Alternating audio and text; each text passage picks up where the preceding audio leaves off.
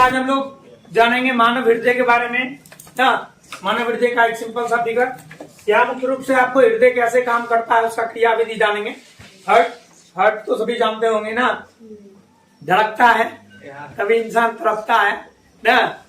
ऐसे इसमें हड्डियां नहीं होती है, फिर भी ये शायरों के हिसाब से टूटता है, पता नहीं कितने टुकड़ा में ना। इसी के बारे में जानेंगे।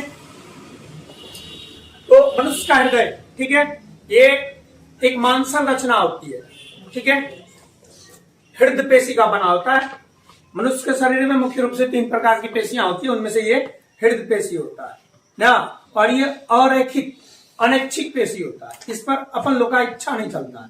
एक बोले धड़कना बंद कर दे तो बंद कर देगा ना। ऐसे इस पर हमारा कंट्रोल नहीं होता, ये अपने हिसाब से धड़कता है क्योंकि ये अनैच्छिक पेशी का बना होता है, ठीक है। तो मुख्य रूप से मनुष्य और बहुत सारे मैमेलिया वर्ग का जो जंतु है उनका हृदय 4 भागों में बटा होता है, 4 चैम्बर में ना, 4 चैम्बर। ये भी 4 चैम्बर दिख रहा है ना। इनके ऊपर वाले भाग को एलिंद बोलते हैं, आगे वाले भाग चौड़ा होता है, नीचे वाले थोड़ा संकरा होता है। हृदय लगभग तिकोना होता है, 3 कोना जैसे। आगे वाला भाग जो है चौड़ा होता है थोड़ा सा। आगे वाले भाग को क्या कहेंगे? अलिंद। अ से आगे अ से अलिंद। बाद बाकी नीचे वाला क्या होगा? नीचे वाला निलय हो जाए। तो नाम याद ऐसे रखना, अ से आगे अ से अलिंद। दाएं तरफ तो दाएं अलिंद, बाएं तरफ तो अगर ऐसे खड़ा तो ये दाएं हुआ ना, हृदय तो आगे से नहीं दिखेगा, पीछे से थोड़ी दिखेगा, बता। तो आगे वाले भाग तो ये हो गया आपका दायां अलिंद, ये हो गया बायां अलिंद। नाम इसका ये दायां नीले और बायां नीले। इसके संरचना थोड़ा सा समझ लेते हैं।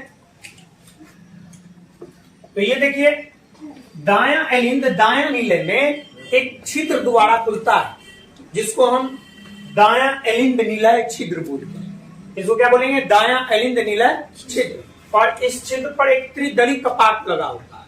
ये ठीक उसी प्रकार बायां अलिंद बायां नीले में बायां अलिंद नीलय छिद्र द्वारा खुलता है, जिस पर द्विदली कपाट लगा होता है, ठीक है। अब ये त्रिदली कपाट का काम क्या होता है? ये रक्त को अलिंद से नीले में आने देता है, लेकिन वापस नहीं जाने। देखिए यहां ब्लड का नहीं दिखाया गया है, ब्लड का जो सर्कुलेशन है ऐसे होता है, ये ठीक है। ये ब्लड के सर्कुलेशन को दिखाया गया है तीर के द्वारा, ठीक है। अब देखिए ये त्रिदली कपाट जो लगा होता है, कपाट ठीक उसी तरह काम करता है। चापाकल में एक जिभिया होता है, जानते हैं? वो जिभिया लगा होता है। देखिए चापाकल को जैसे दबाते हैं तो नीचे से पानी ऊपर आ जाता है, लेकिन ऊपर के पानी को नीचे फिर से पाइप में जाने नहीं देता है। इस तरह का सेटिंग होता है वहां कि आप जब चापाकल को दबाइएगा तो नीचे का पानी फोर्स डालता है उस जिभिया को, तो ऐसे हो जाता है, तो पानी ऊपर आ गया। इस पर एक लोहा का प्लेट लगा होता है जो कि उसको फिर से नीचे गिरा देता है, तो चापाकल का जो पानी आ गया वो नीचे पाइप में नहीं जा पाता है। ठीक उसी तरह यहाँ एक कपाट, त्रिदली कपाट लगा हुआ है, जो कि इसका जो ब्लड है इसमें आने देगा, अर्थात एलिंद का ब्लड नीले में आने देगा, लेकिन नीले का ब्लड फिर एलिंद में नहीं जाने देगा। ठीक यहाँ पर भी इस छिद्र पर भी द्विदली कपाट लगा होता है। इसका भी वही काम है कपाट का कि ये बाएं एलिंद का ब्लड बाएं नीले में आने देगा, लेकिन वापस ब्लड को एलिंद में जाने नहीं देगा। बस समझ में आ गया। अब इसमें देखिए यहां एक फुफ्फुस धमनी लगा हुआ है, ठीक। और ये दायां एलिंद में 2 महाशिरा, एक अग्र महाशिरा एक पश्च महाशिरा खुलती है, ठीक है।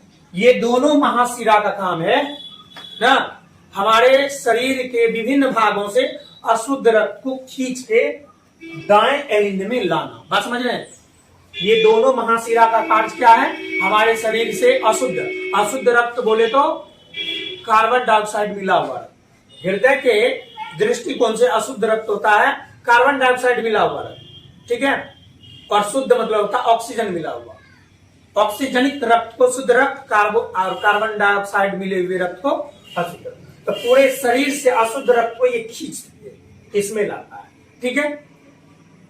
और ये ब्लड को इसमें भेजता है। ये फुफ्फुस धमनी फेफड़ा भेज देता है। ब्लड को कहां भेज दिया? कौन? फुफ्फुस धमनी, ब्लड को कहाँ भेज दिया? फुफ्फुस धमनी के द्वारा गया, ये प्रेशर बना करके फुफ्फुस धमनी के द्वारा फेफड़ा पहुंच जाता। फेफड़ा में ना विसरण क्रिया द्वारा कार्बन डाइऑक्साइड बाहर निकलता है और ऑक्सीजन, फिर वो शुद्ध ब्लड फुफ्फुस शिराएं के द्वारा बाएं एलिंद में पहुंचता है, बस में ना। और बाएं एलिंद के ये बाएं निलय छिद्र द्वारा निलय में पहुंच जाता है। फिर ये निलय के द्वारा महाधमनी पर प्रेशर बनता है और ये महाधमनी धमनी में धमनिकाएं में बट करके पूरे शरीर में फैला हुआ है और ये पूरे शरीर में। तो अब ये कार्य कैसे करता है? ये चारों धड़कता है ना, धड़कन ना। अभी देखो, इसको प्यार मोहब्बत के लिए कोई समय नहीं है। अगर ये प्यार मोहब्बत में लग जाए ना, तो ये प्यार एक ही से करता है, ऊपर वाले से। और जब भी इसको ऊपर वाले से प्यार होता तो इंसान यहाँ सब कुछ छोड़ के ऊपर पहुंच जाता है ना। तो हम लोग कहते हैं ना, दिल टूट गया। अरे इसके पास फुर्सत कहाँ है? हमारे शरीर का सबसे व्यस्त, हमेशा व्यस्त रहने वाला, हमेशा कार्य करने वाला ब्रेन भी आराम करता है ना। तो ब्रेन काम करना छोड़ दे तो इंसान बिना फोन का फोन करता है, लेकिन जिंदा रहता है ना, हाथ ले हेलो करते रहता है। अन्य सारा अंग अगर कार्य करना छोड़ दे तो इंसान कुछ देर, कुछ समय तक जीवित रहेगा, उनका इलाज होगा, ठीक ठाक होगा। लेकिन ये छोड़ दे तो गया। ये कभी अपना काम बंद नहीं करता। बस में थोड़ा देर सांस अंदर लेके छोड़ देख लेना क्या होगा। तो ये अपना काम कभी पूरा व्यस्त रहता है। इसको प्यार मोहब्बत के लिए कोई टाइम नहीं हो। तो इसका कचरा दिमाग का एक काम है ना, लेक्चर वाला काम करना। और चलिए, तो ये कार्य कैसे करता है वो बताते हैं। इसके चारों व्यस्त में की बात, ये एक बार सिकुड़ते हैं तो ठीक उस समय ये फैलते हैं ना। संकुंचन और शिथिलन होता है, बारी बारी से होता है। जिस समय ये ऐसे सिकुड़ता, तो जैसे सिकुड़ा तो इसमें जो ब्लड भरा हुआ उस पर प्रेशर बनेगा।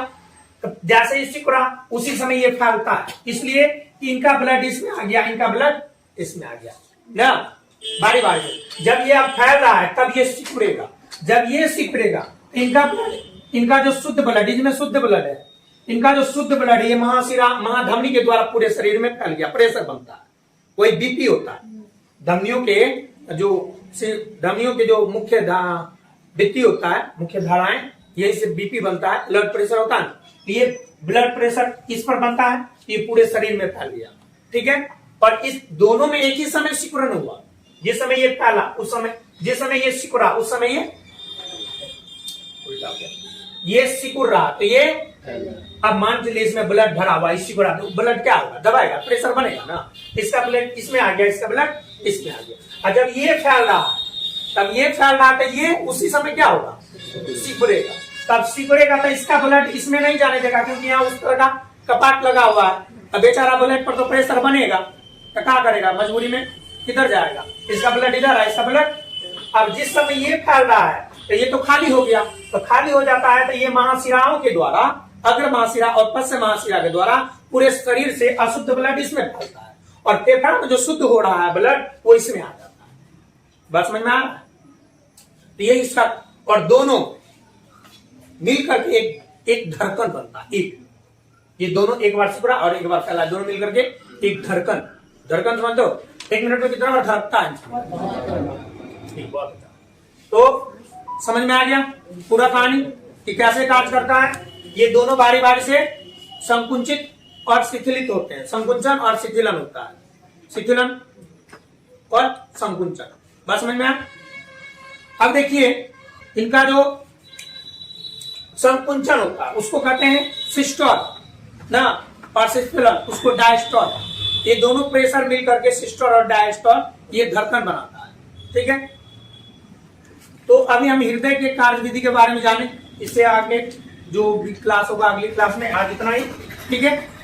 अगर आप लोग को कोई भी त्रुटि हो या कोई भी अन्य जानकारी चाहिए तो आप कमेंट्स कर सकते हैं, या नोट्स भी चाहिए तो इसके लिए आप कमेंट्स कर सकते हैं, आपको उपलब्ध करा दिया जाएगा, ठीक है।